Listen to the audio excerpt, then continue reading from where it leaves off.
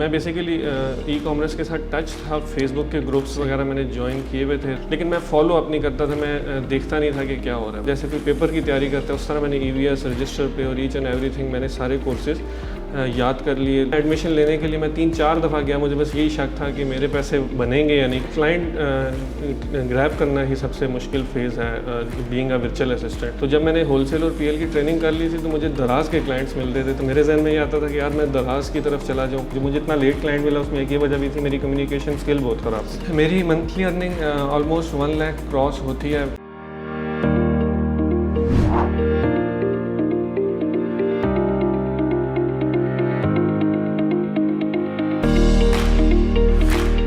अस्सलाम वालेकुम नाजरीन, शेयरिंग ऑफ प्रोफेशनल विजडम के साथ मैं हूं आपका मेज़बान अली रहमान खालिद।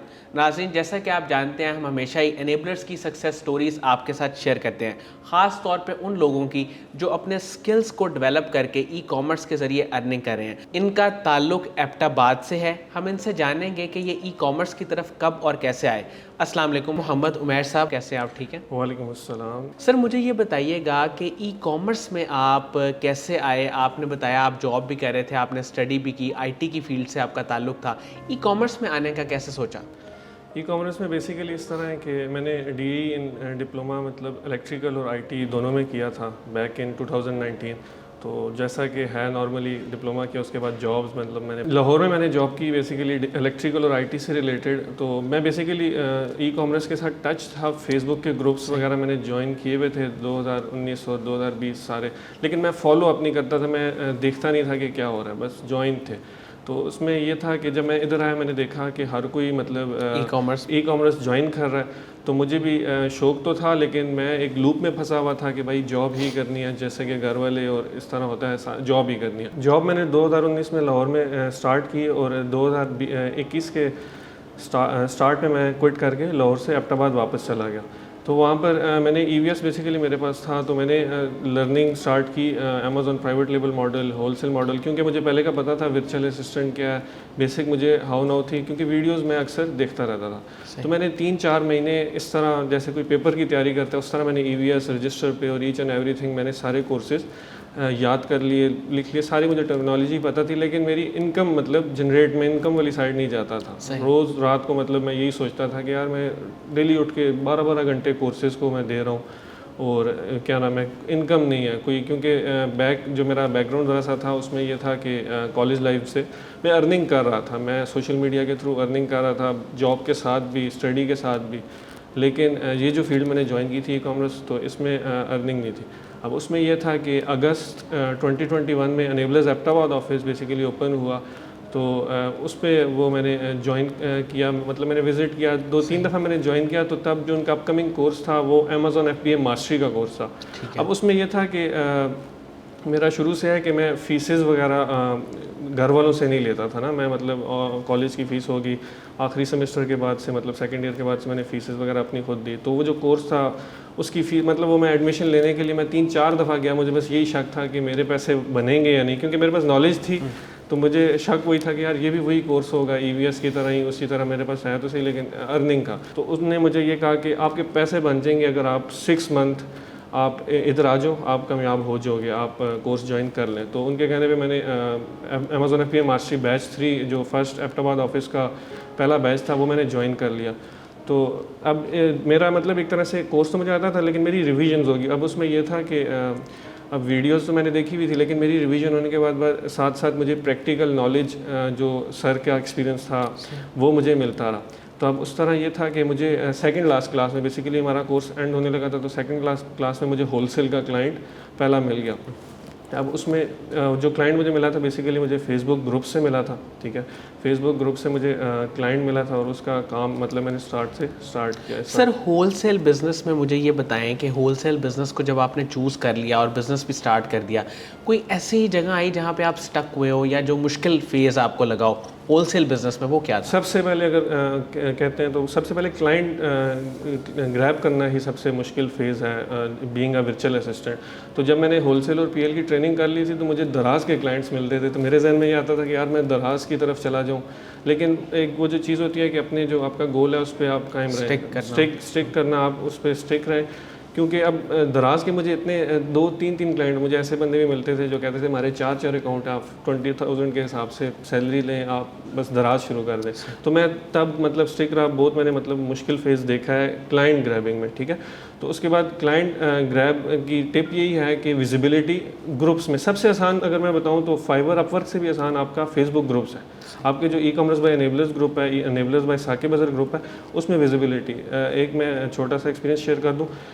एक जो मेरा फर्स्ट क्लाइंट था, सेकंड क्लाइंट जो मेरा फर्स्ट क्लाइंट था बेसिकली, उसने बेसिकली ये पूछा था what is Amazon, what is Amazon, और नीचे उसने पूछा था होलसेल मॉडल को आप बता दें इजीली, मुझे होलसेल मॉडल का नहीं पता। तो बेसिकली यूके का फीमेल थी, उनको मैंने सिर्फ यही गाइड किया कि अमेज़ॉन क्या है और होलसेल क्या है। तो वो मेरे इनबॉक्स में मतलब आगे चैट करने के लिए वो मुझसे पूछने लग पड़ी और सारी वहाँ से हमारी डीलिंग स्टार्ट होगी। तो इतना सिंपल, आपको नहीं पता कि आपका क्लाइंट किस तरह किस सवाल से आपके पास आ जाए। तो अक्सर मैं अपने मतलब ऑफिस में ये भी कहता हूँ कि क्लाइंट आपके पास आ जाएगा, क्लाइंट आपके इनबॉक्स में आ जाएगा, लेकिन अब आपने उसको कन्विंस किस तरह करना है वो आपकी नॉलेज के ऊपर है, आप कितनी नॉलेज गेन कर सकते हैं। सर टीम बिल्डिंग उसकी कितनी अहमियत है, क्योंकि आप अपनी एबटाबाद में भी टीम बना के काम कर रहे हैं और ई कॉमर्स में आप टीम बिल्डिंग को आप कैसे देखते हैं, इसकी अहमियत क्या है और लोगों को इस पे किस तरह काम करना चाहिए? अब इस टीम बिल्डिंग के हवाले से मैं ये कहूँगा कि आप अब मैं अगर अपनी बात करूँ तो मैं अब इंग्लिश में बोलने में इतना अच्छा नहीं, ठीक है।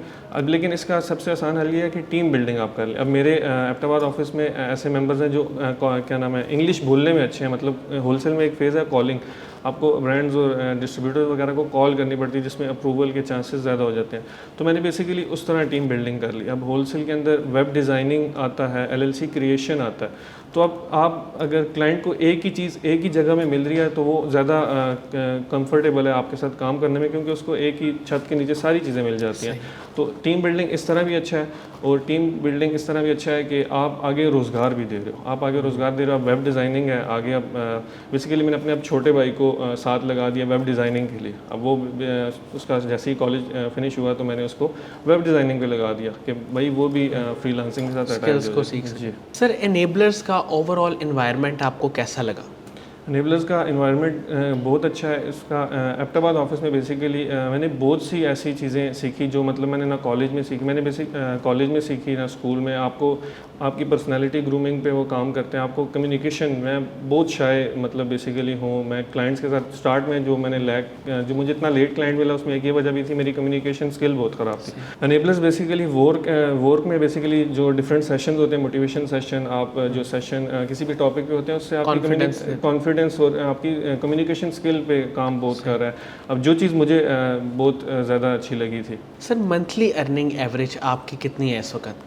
मेरी monthly earning almost 1 lakh cross होती है, इसमें 1 लाख 1.5 तक जाती है मंथली अभी। अच्छा सर मुझे ये बताइएगा कि आप क्या समझते हैं जो लोग ई कॉमर्स में आना चाहते हैं वो होलसेल बिज़नेस के हवाले से कौन सी ऐसी गलती करते हैं जिसकी वजह से वो पीछे रह जाते हैं? वो मिस्टेक अगर वो ना करें तो वो बहुत जल्दी कामयाब हो सकते हैं। वो मिस्टेक आपकी ऑब्जर्वेशन में क्या है? बेसिकली हम लोग जो स्टार्टिंग का फेज़ है, बिल्कुल जो न्यूबीज़ भी हैं या जो पहला स्टेप है होलसेल का, वो डेटाबेस बनाने के बाद कॉन्टैक्टिंग का है। तो अब कॉन्टैक्टिंग में डेटाबेस तो हम हज़ारों बना लेते हैं, 1000 2000 डेटाबेस 5000 भी बना लेते हैं, लेकिन हमारी गलती है कि हम डेली कॉन्टैक्टिंग 100-200 ब्रांड्स को करते हैं, लेकिन हम लोग 2-3 दिन बाद उनसे फॉलो अप नहीं लेते। जो फॉलो अप इस तरह नहीं लेते कि उनको तो हर कोई मेल्स कर रहा है। आप और उनमें डिफरेंस क्या है? आपने बेसिकली 2 से 3 दिन बाद फॉलो अप लेना है। पहले आप मेल्स पे फॉलो अप लें, फर्स्ट आपने मेल की, 2 दिन बाद आप उनसे दोबारा मेल पे फॉलो अप लें कि मैंने आपको मेल की थी होलसेल अकाउंट के रिलेटेड, तो मैं उसका स्टेटस जानना चाहता हूँ। अगर वो 2 दिन अगेन दोबारा कोई फॉलो अप नहीं है तो आप उन्हें फिर कॉल पे फॉलो अप लें, आप उन्हें डायरेक्टली कॉल करें। सर साके बाजार साहब का एक विज़न है, वो लोगों को इनेबल करना चाहते हैं और वो इनेबलर्स पे आप देखते हैं कि वो मुसलसल काम कर रहे हैं, डिफरेंट सिटीज़ में काम कर रहे हैं, जहाँ नहीं ऑफिसेस वहाँ भी बना रहे हैं। बस उनकी एक ही कोशिश है कि लोगों को इनेबल किया जाए, स्किल सेट दिया जाए ताकि वो कमा सकें। तो उनके काम को आप कैसे देखते हैं? उनका बहुत अच्छा काम है, उन्हीं की वजह से अब एनेबलर्स एबटाबाद में ऑफिस बेसिकली नहीं था और भी कोई इंस्टीट्यूट नहीं था। मैंने बड़ी कोशिश की थी, मैंने इस्लामाबाद तक मतलब मीटअप्स ज्वाइन किए थे, मैंने उनके वर्क एंड में ज्वाइन किए थे। तो एक होता है कि एक कॉलेज स्टूडेंट के लिए मतलब ट्रैवलिंग और 40-50,000 पर मंथ कॉस्ट आ जाती है, तो उनकी वजह से ही ऑफिस जो एबटाबाद में बना उसी वजह से मुझ जैसे और भी बहुत लोगों को फ़ायदा हो रहा है। अच्छा सर, आखिर में जो लोग ज्वाइन करना चाहते हैं ई कॉमर्स को, कौन से ऐसे 2-3 स्किल्स हैं जो अगर उनके पास हों, जैसे आपने कम्युनिकेशन स्किल्स और कॉन्फिडेंस की बात की, इसके अलावा टेक्निकल स्किल्स में कौन सी चीज़ें ऐसी हैं जो अगर उनके पास हों तो वो आसानी से काम कर सकते हैं ई कॉमर्स में? ये जो 2-3 स्किल्स आपने बताई, कम्युनिकेशन स्किल तो बहुत मस्ट है किसी क्लाइंट के साथ काम करने के लिए।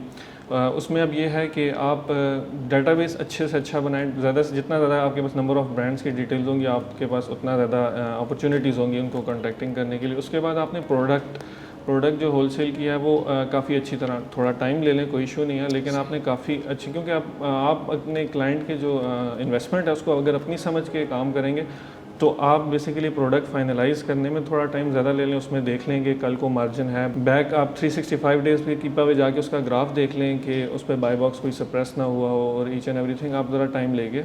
बहुत बहुत शुक्रिया मोहम्मद उमैर साहब आपकी तशरीफ़ आवरी का। नाज़रीन, मुझे उम्मीद है कि जो लोग इनके काम के बारे में जानना चाहते थे, ख़ास तौर पे क्लाइंट्स को मैनेज करने के हवाले से जो इन्होंने टिप्स दी, वो बहुत ही मुफीद साबित होंगी। इस अपनेपन के साथ इजाज़त दीजिए कि अपना बहुत ही ख्याल रखेंगे। अल्लाह हाफ़िज़।